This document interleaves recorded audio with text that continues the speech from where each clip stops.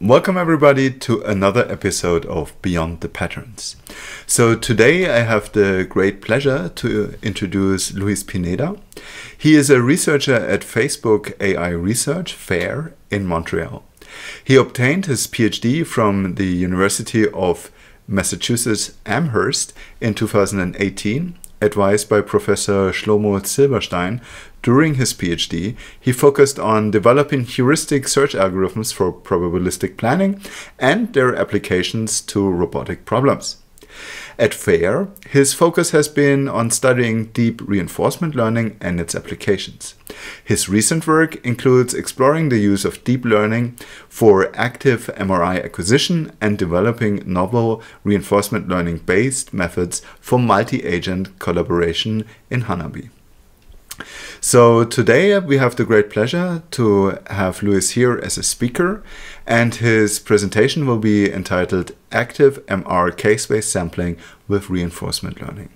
Luis, great pleasure to have you here, at least virtually, and I'm very much looking forward to your presentation. So the stage is yours.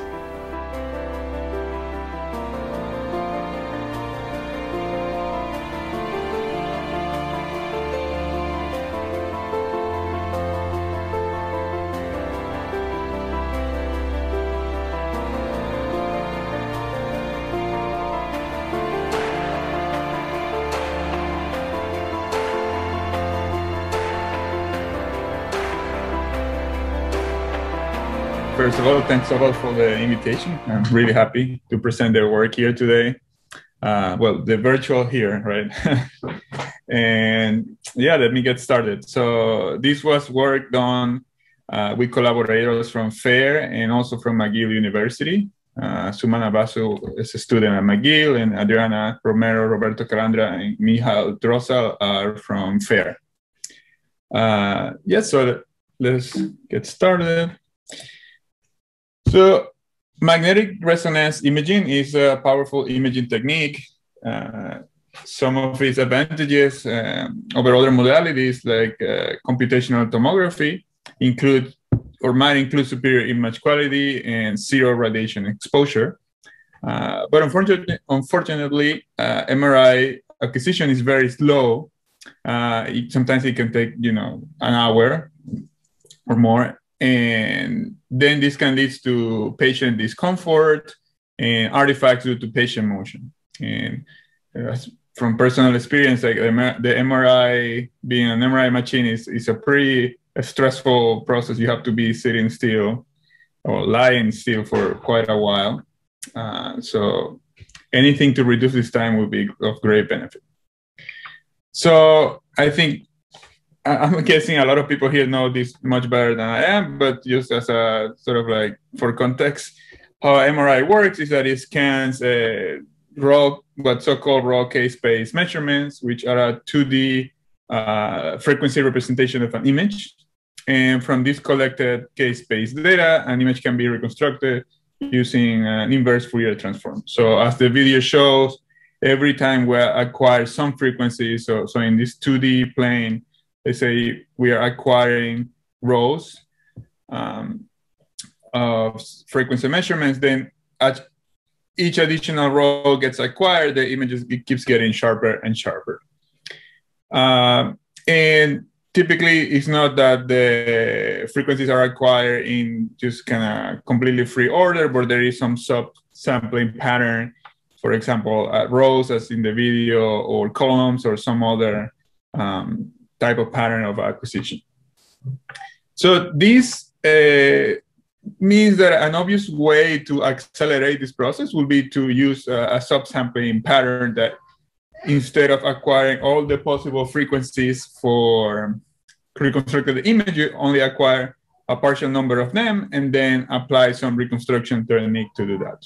So here is an example of possible acquisition patterns, or also called random mask, at different acceleration factors. So you can have some random pattern or some equispaced pattern of acquisition and different accelerations. Right? And then the idea is to only acquire these frequencies, in this case represented by white columns, and from this partial scan do the reconstruction. So now the issue is that if we just naively do, let's say, the inverse Fourier transform of this, we'll get a lot of artifacts because a lot of information is missing. So more recent approaches, what they do is to sample a partial K-space measurement, but then pass it through a reconstruction model that refines this measurement and produces a better estimate of what the true K-space will look like, and in turn, well, a better estimate of what the actual image will be like. And typically these are trained from some data set, so you can sort of learn some prior information about what the images should look like for a given partial K-space acquisition. And there are a lot of approaches for this. I think for the standard method has been compressed sensing, and more recently, deep learning methods have gained a lot of popularity for reconstruction models. Now, a lot of these approaches, they use a fixed acquisition mask. And what I mean by this is that no matter what patient comes into the MRI machine, the sampling pattern will be exactly the same. And this sampling pattern has been pre-selected during training of the reconstruction model. And it could either be random with some properties, or like I mentioned, something like an equi-space acquisition mask. And this presents a missed opportunity for personalized healthcare because the sampling pattern could have been adapted to the partial information that comes through from the scan, and sort of like built adaptively as the full MRI acquisition works. And the intuition is that depending on the underlying condition or depending on the structure of the patient, of the anatomy of the patient, it might be possible that a different scan pattern could result in better reconstruction with lower number of acquisitions. And this is what we refer by active acquisition. And specifically, there was this paper from CVPR 19 by Zhang et al. That proposed this idea of active acquisition in the context of deep learning reconstruction models, where, again, we have a reconstruction model that takes a K-space and produces an image, but we also have this system that, given the current reconstruction, can decide what frequency to scan next. And then there is this cycle of acquisitions and reconstructions that repeats until, let's say, some budget is exhausted or until some acceleration factor is reached. So in this particular case, the model was based on two neural networks, one for reconstruction and one for that they call the evaluator. And the way it works is that the evaluator tries to predict which of the frequencies is the one that has the highest error with respect to ground truth. So if I would add this frequency, how much the error will decrease with respect to the ground truth image. And one downside of this is that this is a myopic approach. So basically, this approach is comparing what will be my improvement with respect to the ground truth image without accounting for the fact that after acquiring more frequencies, I'm going to pass to the reconstruction model and get a better estimate of the image than if I just add the frequency and do nothing. So we refer to this as a greedy myopic approach. So in this work, instead, we propose to use reinforcement learning, which is sort of like the standard learning-based approach for sequential decision-making problems. And it's based on this idea, it's like the Pavlov dog, where the system is presented with some rewards in the form of numbers. And if the system does something good, it gets a high reward, and then it should try to do more of the things that work well and less of the things that work bad. And why are we using reinforcement learning? Well, as I mentioned, is optimizes sequences of decisions. So now, instead of just optimizing, let's say, just compare against the ground truth of the next acquisition, we can try to optimize for a full sequence of acquisition and reconstructions. And we can leverage powerful function approximators. And like neural networks, and you can train them in the same pipeline without doing any sort of special considerations, because reinforcement learning methods let you back propagate or let you use gradient based optimization over the parameters of your model. And finally, they're fast at inference time. And so this is very important because maybe training the models requires a lot of data and a lot of time. But once the model is trained, then doing inference is just a pass over your learned model. You don't have to do any planning or any extra computation. And finally, we can also use it to optimize over non-differentiable rewards, right? Because reinforcement learning methods, you don't necessarily have to compute the gradient from the eventual reward to the parameters. You can do something like say that your reward is the classification error downstream. So if you're trying to say identify some underlying condition, and you can put a classifier and say, I'm going to give high reward if my reconstructor is able to identify this particular thing well or not. And then you can use this as a reward for reinforcement learning, and you don't have to change the control method, basically, which is a great advantage. So how does it work? So imagine we have as input some partial reconstruction, some blurry image that just comes from the naive Subsampling. Then you pass through a reconstruction model, and then through the reinforcement learning policy. So the policy will see the image and say, okay, I think for this particular reconstruction, I want to just add this extra line. So I'm just going to say, try this mask. The system does this and then gets a new reconstruction. This is during training, not during inference. This is compared to the ground truth and says, okay, I got some error. Sorry, and I got some error. And I'll just take note of it, just back propagate it. Then a bit later, maybe I see the same image again, but instead of, just because the way they're trained, you can try random images. Instead of trying the first one, I'm going to try some other mask and get another reconstruction.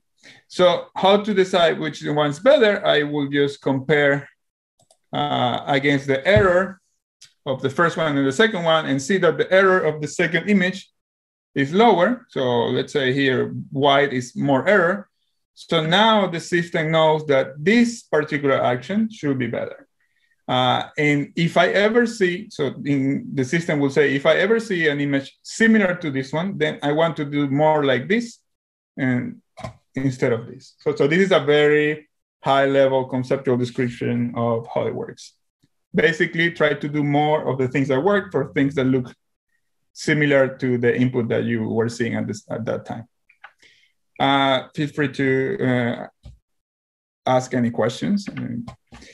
So now that's sort of like the high level idea. The more formal description is that we can formulate the acquisition problem as a partially observable Markov decision process, which is a very complicated way of saying the following.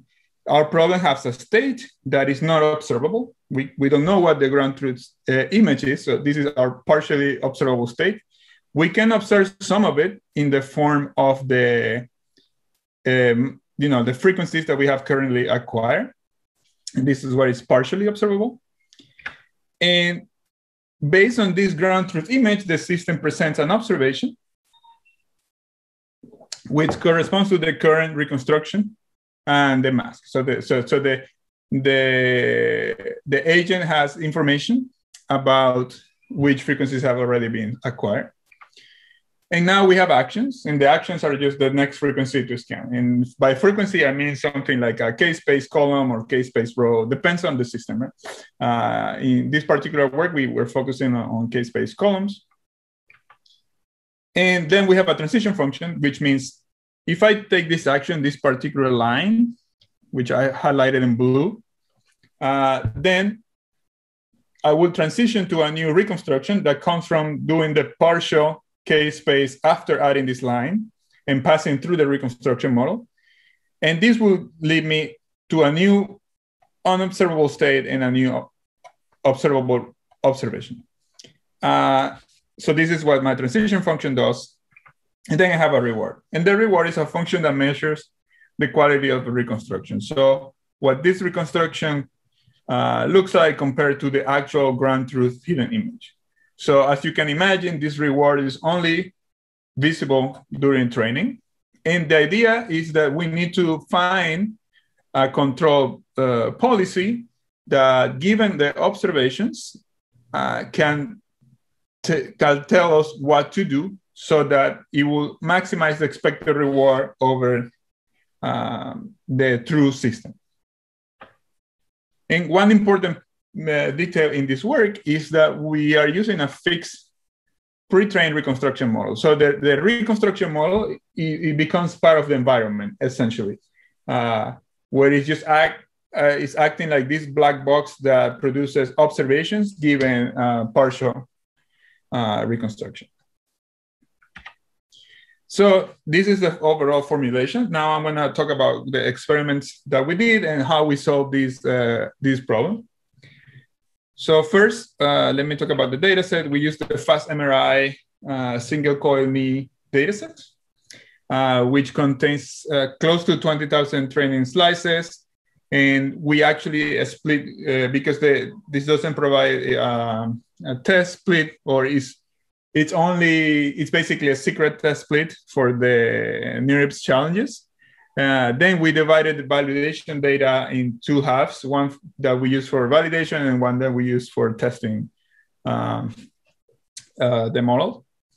And all data points are complex 640 by 368 matrices. And as I mentioned before, we use vertical Cartesian masks for acquisition. So this gives us a total of 332 actions. So these are all the possible frequencies that can be acquired. There are 36 columns that correspond to padding in the images. So that's why it's only 332. So this is our data set. And how do we solve the POMDP that I mentioned before? So as I said, we are using reinforcement learning. And in particular, we use this double DQN algorithm by Van Hasselt and company from 2015. And the reason we choose this algorithm is that it's very easy to implement. It works well so this is a particular argument when your actions are discrete, which is the case of our method. It's very simple to implement. And this double variant makes it more stable during training. So we felt that as a proof of concept of this approach, it was a good way to start. So the way it works is that we have this value network. So this is a big neural net that takes as input the current reconstruction and the current information about which frequencies. So in particular, we don't use the raw frequency measurements. We use just the mask. So it also knows basically which frequencies have been acquired, but not the values. It only sees the image and the mask. And given this input, it produces a series of action utilities. So it estimates what the future value of choosing this action will be if after that we kept using an optimal policy. So it tries to estimate for each possible action, which one is going to be the best one in the future. So to combine with the future acquisitions. And for the value network architecture, we use the same evaluator architecture proposed by Zhang et al., the one I mentioned earlier that was doing myopic. And the reason to do this was basically any improvements that we get over this approach can be explained only by difference in training, not by difference in the neural architecture. And so by difference in training, I mean the laws that we use and the way we present the data to the model. And in particular about the double DQN algorithm, the way this is trained is by minimizing this loss. And so what this is saying is that This is my estimate of what the future value will be for each action. So the model's estimate. And so this is the loss, and we just take gradient with respect to this part here. And the update just becomes this thing. So if you do backpropagation, this will be your loss. You do backpropagate and then update your parameters, you're updating this equation. So what is this target? So this is the target for a loss. And this target, this is like the standard DQN approach, is that you do this Bellman update that says the value should be the reward that I get from taking this action and the future value after that. That's what I mean, that it's trying to estimate sort of like the future quality of this action. And the double part comes because usually you have two networks, a target network. So you have the network you're trying to update the parameters, and you have another one which is only there for stability. So you keep the parameters fixed for a while, and every once in a while you update it to match the online network. And this is because this tends to be very unstable.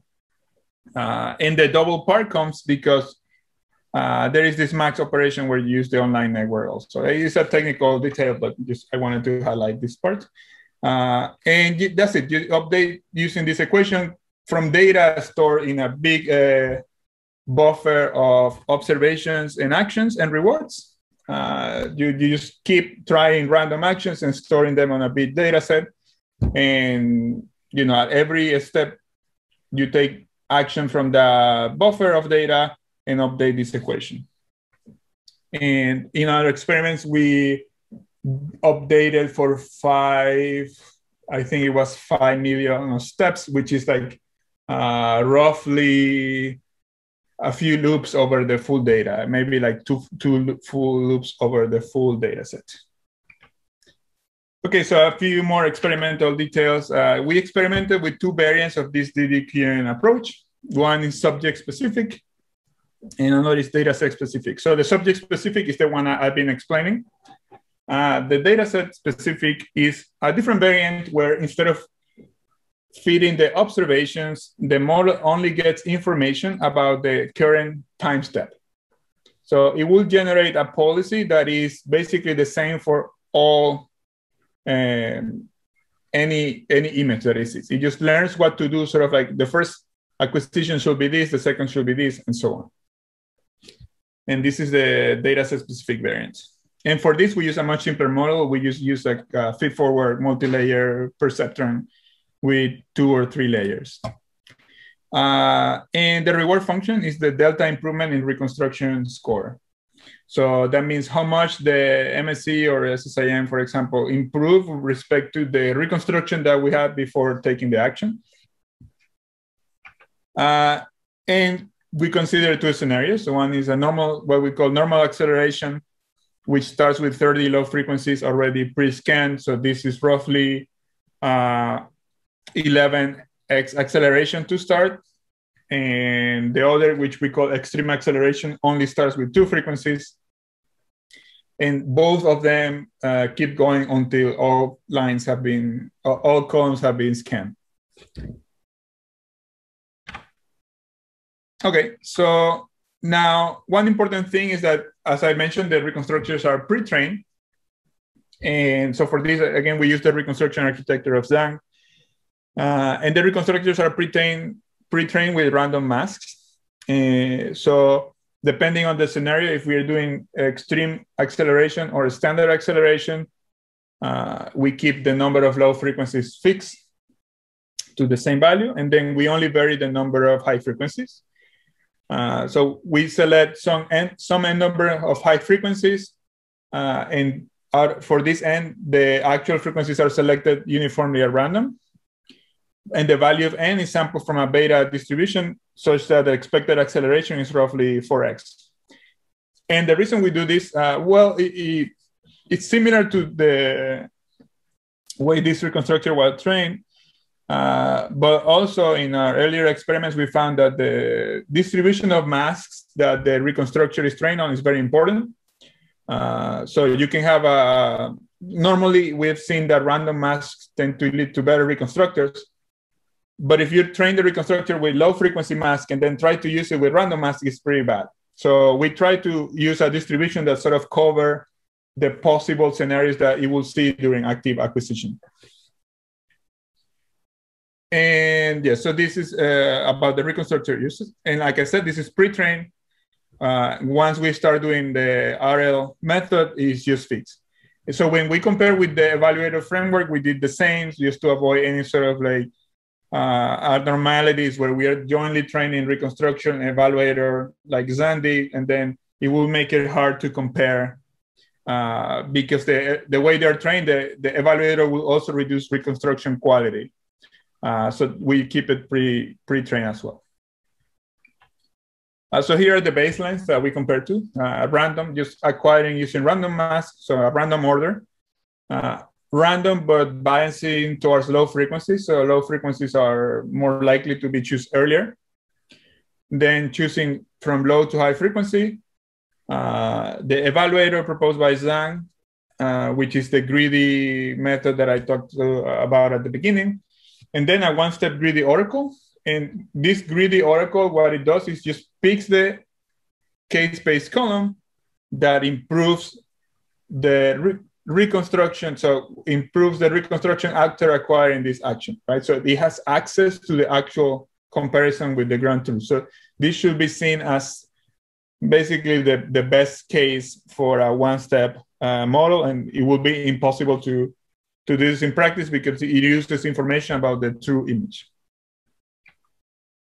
Okay, so here are our results. So the way we compare is by looking at the acquisition plots from start to finish. So for example, for this scenario, 30L, the first line is actually here.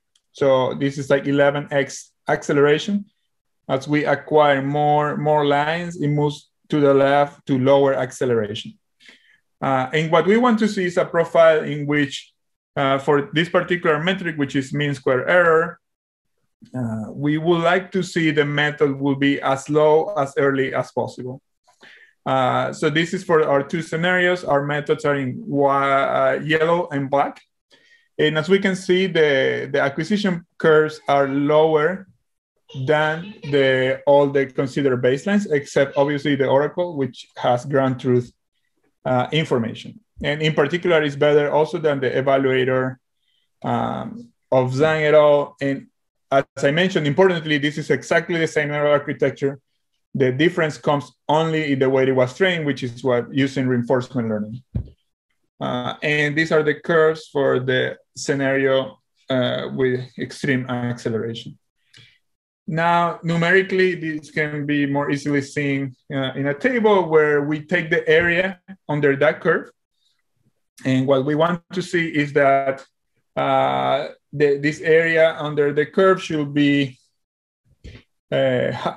higher for well, it depends on the metric, right? For SSIM should be higher, for MSE should be lower. So what this shows is that the area under the curve for all of our methods outperform all the other baselines, as we can see here. And in particular, the improvements range from 0.55% to 2.9%. And they're all statistically significant improvements. And the same can be seen in the scenario with extreme acceleration.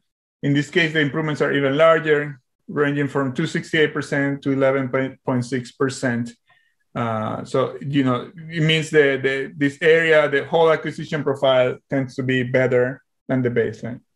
And note here that we show the confidence interval, which might be a bit misleading. So you can see overlaps here. But note that this confidence interval capture the error variance over the whole data, and not, you know, but what you really want to see is whether per image is always better. So if you do a pair t-test, let's say between the DQN and the evaluator or any other baselines, you will see that this delta tends to be always better in in our method. So a pair t-test will reveal that these are statistically significant differences. So now one important thing that is sort of what we are currently working on is that we observe that the dataset specific variant tends to be either better or equally well good as the subject specific variant. So that means that actually training a policy that is good is fixed for the whole dataset performs well. And this might be a bit concerning because we're trying to create adaptive policies, right? Sort of the premise is that we want to do adaptive acquisition, so it leads to a more personalized MRI experience. So this might be a cause of concern. Our hypothesis is that this is mostly optimization problems in the way. So basically, training these models is really difficult, takes a lot of time and compute. But we can see from the oracle that the gap is pretty large between the methods and the oracle. So we know that being adapted has some benefits, and we posted that we have not been able to explore it at the full potential. So this is actually one of the things we're currently working on. So now as a final detail, let me show some reconstructions just to compare. So these are roughly 10x acceleration. These are actually two different images, and you can see that our method produces images that are slightly, so it's more sharper and less artifacts than the other baselines, including the evaluator. And you can also see that the errors in general are lower. So white is worse because it means higher error. And finally, we can also visualize the policies. So these show in the x-axis we have time, in the y-axis we have the actual column that was acquired. So this means basically the CDF of the time at which each action was taken. So for example, here, let's say this point, it means that roughly a third of the frequency, the full acquisition. So after say about 100 lines, this action is taken. And remember that this particular data set specific is deterministic policy for the whole data set, which is why all the lines are just one line. And compared to something like a full random policy will be sort of like a completely smooth gradient from top to bottom. Our subject-specific policies, you can see that they're doing, at least qualitatively, they're doing some adaptivity because there is a smooth color gradient here. And we can also see that the oracle is even more. So this suggests that the oracle is actually doing something different for each point so for each possible observation, that is this.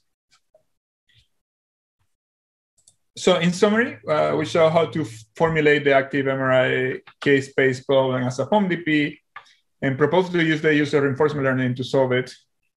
And the experimental results show significant improvement over recent baselines. And we also show that a dataset specific version of our method performs very well. So this is part of the directions for future research. And the gap with an adaptive oracle suggests that there is opportunity to improve over this method. So some of future or current actually research directions are jointly, one is that I think is interesting is jointly training the reconstruction model on the policy, because as I mentioned, the actual mask that you use for training the reconstructor have a large impact in performance. So ideally, you will want to train the reconstruction to also perform well over the distribution of acquisitions that you will see at inference time. Then we are looking into improvements to the policy learning, trying to close the gap with the adaptive oracle and make sure it learns to generate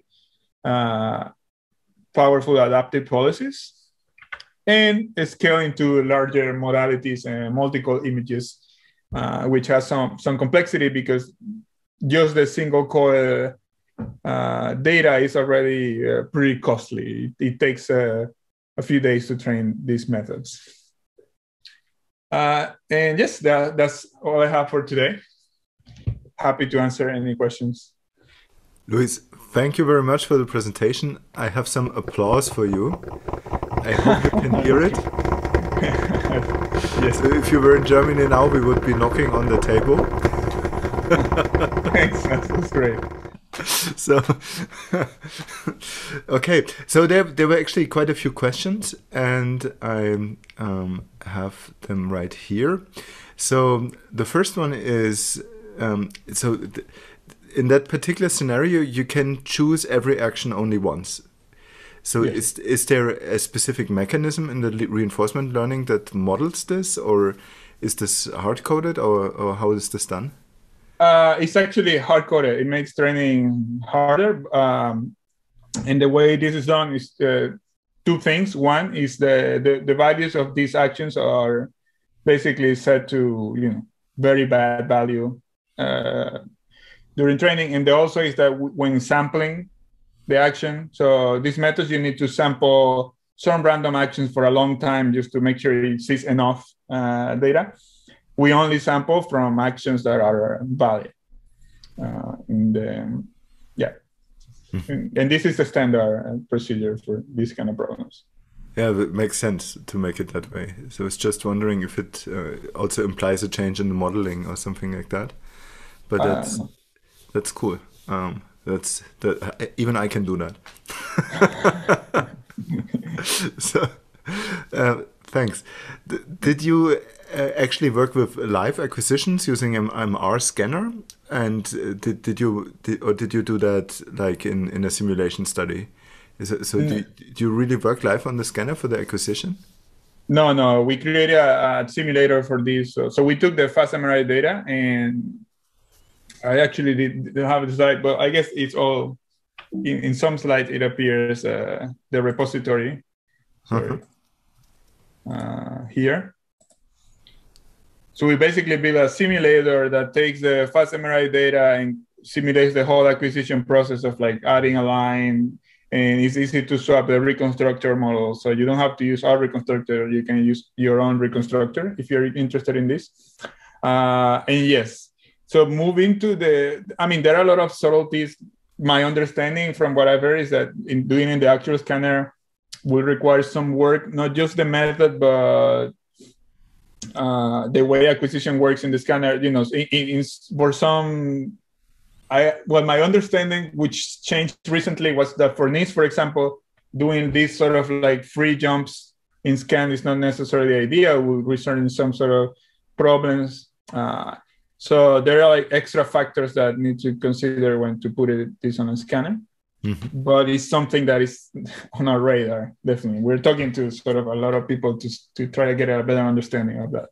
Yeah, but technically your method should learn it, right? So if there is effects that involve the acquisition pattern, so if you have a certain sequence of scans and that implies some changes in the magnetization, technically your approach should be able to learn it as long as it appears in the environment, right?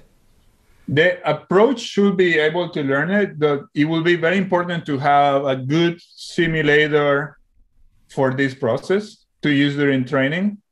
And by good, maybe it doesn't have to be accurate, but it has to cover the things that could happen. So you might, during training, maybe randomize a bit just to, it's standard, say, when doing robotics, that they do domain randomization very heavily during training because you don't have a perfect model of the dynamics. And then in practice, that makes the model the policy more robust because it has already seen something that roughly looks like the real thing. So we will need at least something at that level of approximation. But if you had a low-level API access to a scanner and could play back those acquisitions in real time, then you could directly work with the scanner as environment, right?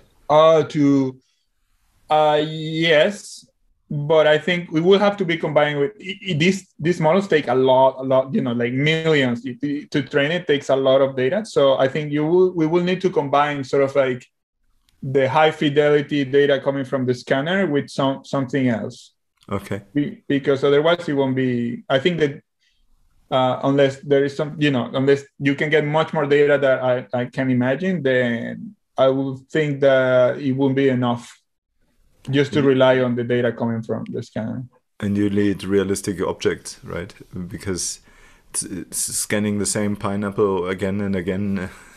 Yeah, may not exactly. be Yeah. a clever choice.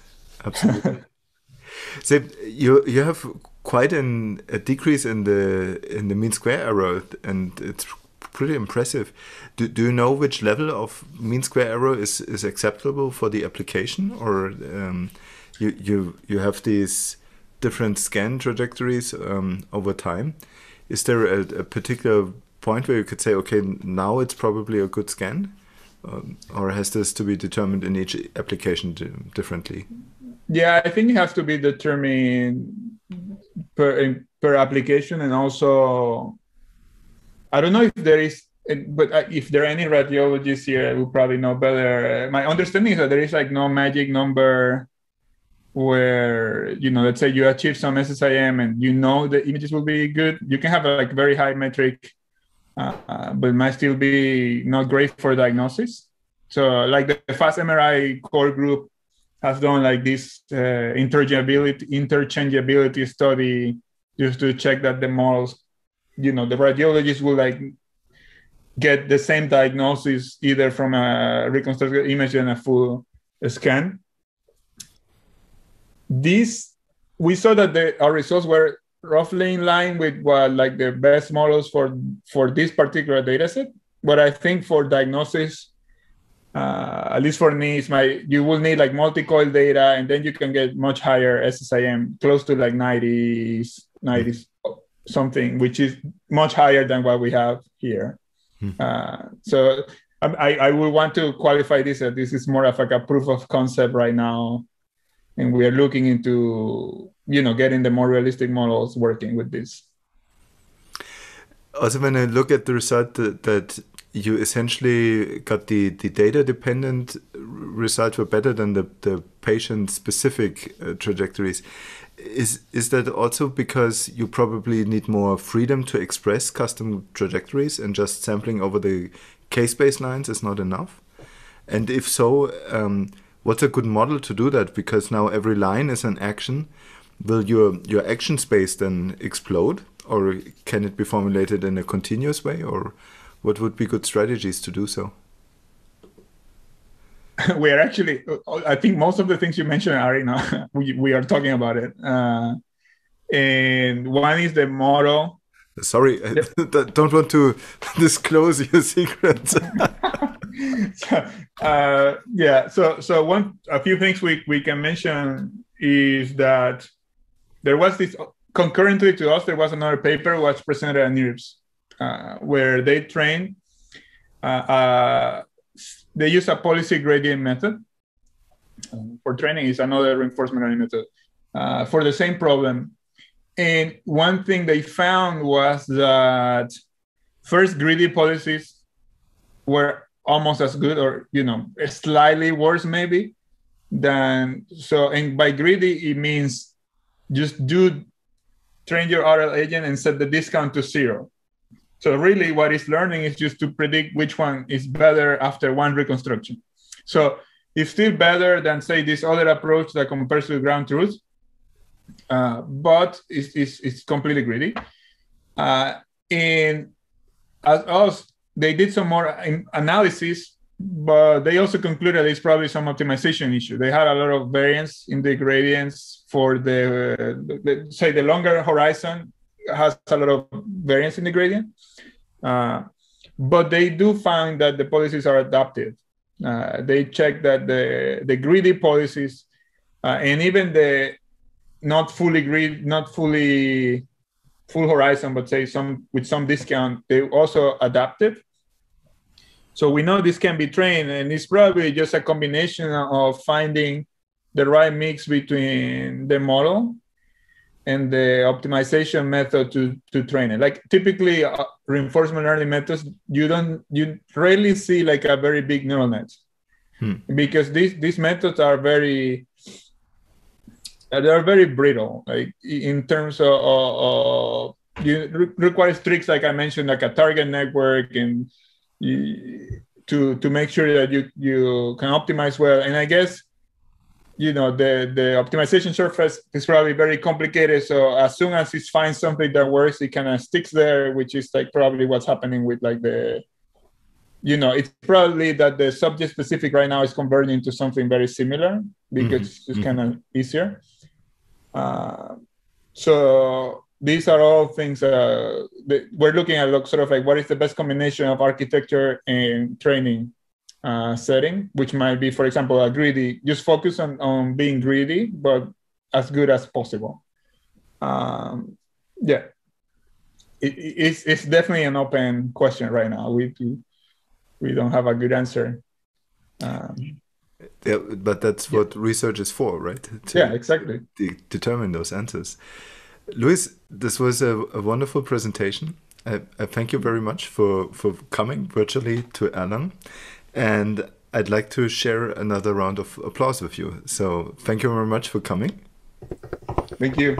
And it was a pleasure to have you here. Yeah, thanks for inviting me. Thanks so much. Yeah, as you could see, we had a vivid discussion after the presentation, but obviously that doesn't mean that the discussion is already ended here. So if you do have any questions, please don't hesitate to share them with us. You can either do it in the comments section, or you can also send them to us by email or social media. So I hope you enjoyed this presentation as much as I did. Really exciting results that Luis presented here, solving one key problem in MR imaging using sophisticated reinforcement learning techniques. So hope you liked it. And if you liked it, then click subscribe such that we can notify you of further presentations that we have here in Beyond the Patterns. And looking very much forward to seeing you in the next video. Bye-bye.